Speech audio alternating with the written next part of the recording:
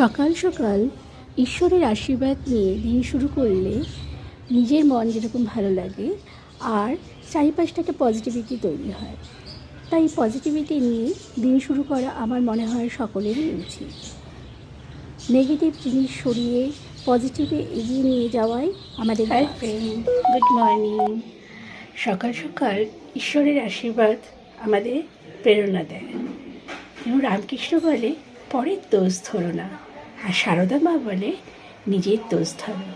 এই দুটোর কথার অর্থ আমি প্রথমে বুঝতে পারতাম না, এখন আমি নিজে রিয়ালাইজ করলাম একদম ঠিক।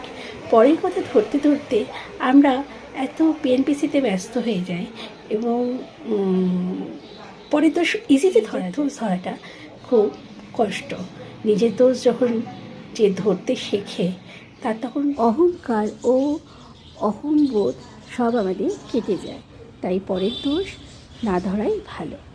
পরের দোষ ধরলে পরের দোষ ধরে কী হবে, আগে নিজের দোষ ধরে নিজের কী ভুল ত্রুটি আছে সেটা সংশোধন করে নিজের ভুল ত্রুটি সংশোধন করলে কখনো পরের ওপরে খুঁতটা আসে না।